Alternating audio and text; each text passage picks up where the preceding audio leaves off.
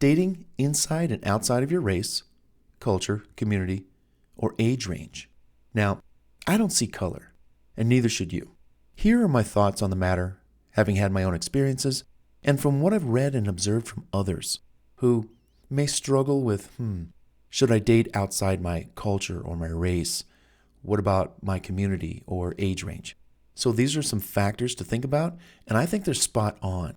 Check this out. Let's get started. Number 1, performance is the number one factor when it comes to finding the perfect mate to date, fall in love, and spend your life with, inside or outside of your race.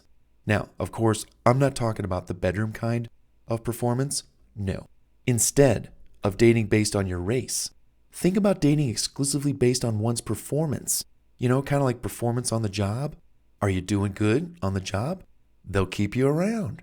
If you don't perform well on the job, what do? They reprimand you, they write you up, they fire you, you're let go.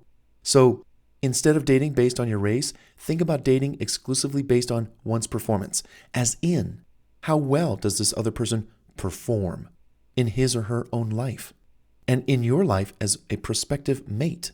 Do they excite you? Show a romantic interest? Do they have low or no standards when it comes to a work ethic, drive, ambition, making and saving money? If or when anyone ever lacks in the performance department of life, that's a clear sign to move on.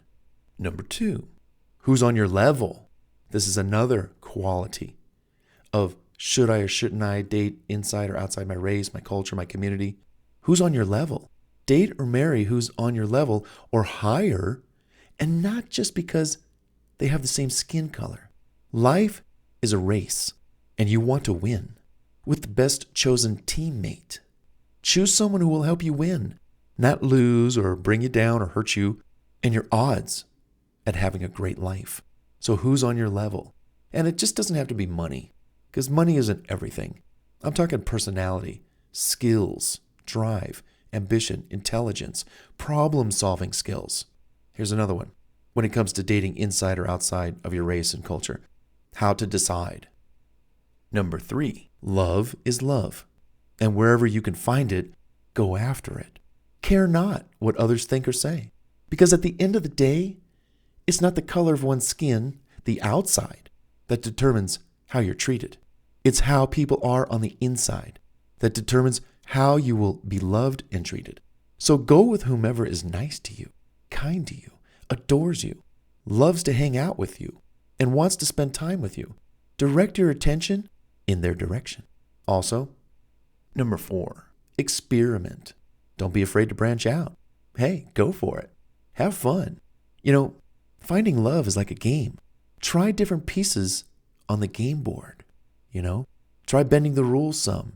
Men are great examples of choosing women they want. Whether it's a black woman, Asian woman, Hispanic woman, Caucasian. Men go for what they want. They don't seem to have an allegiance or loyalty to their race or anything except themselves. What makes them happy. Ladies, you can learn a lot from men in that respect. You too should feel free to pick who you like, who you want, who you love. Picture this, ladies. If you say that you're strong and independent and powerful, then you're talking like a man, right?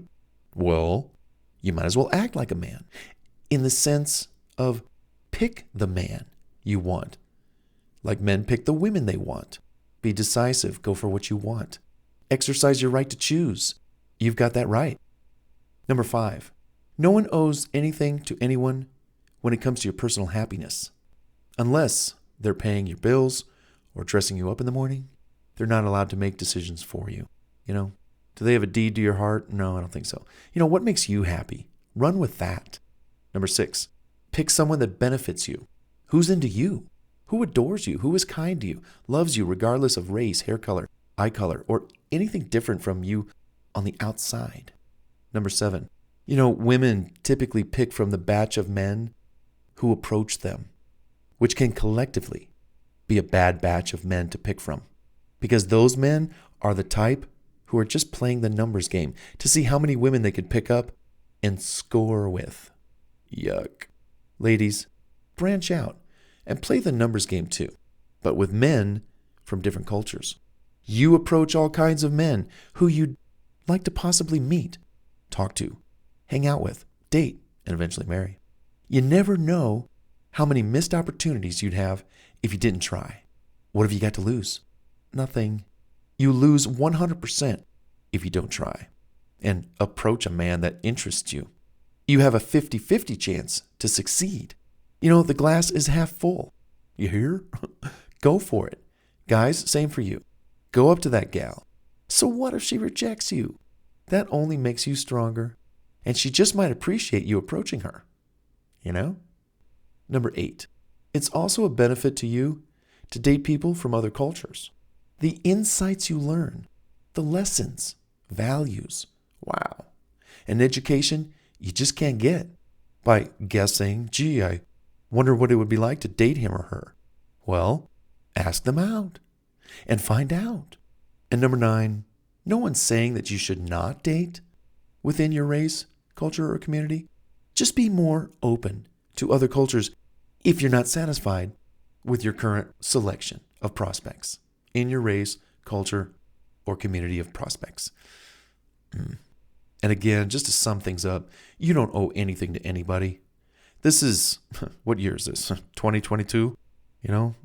Just live your life and tell everybody just to move along, live your life, date who you want, go for who makes you happy, who inspires you, who wants to be with you. Good stuff. And that performance, that is really a kicker. Are you performing in life? Show me something. Do you have a job? What are you doing with your life? Performance. Good stuff.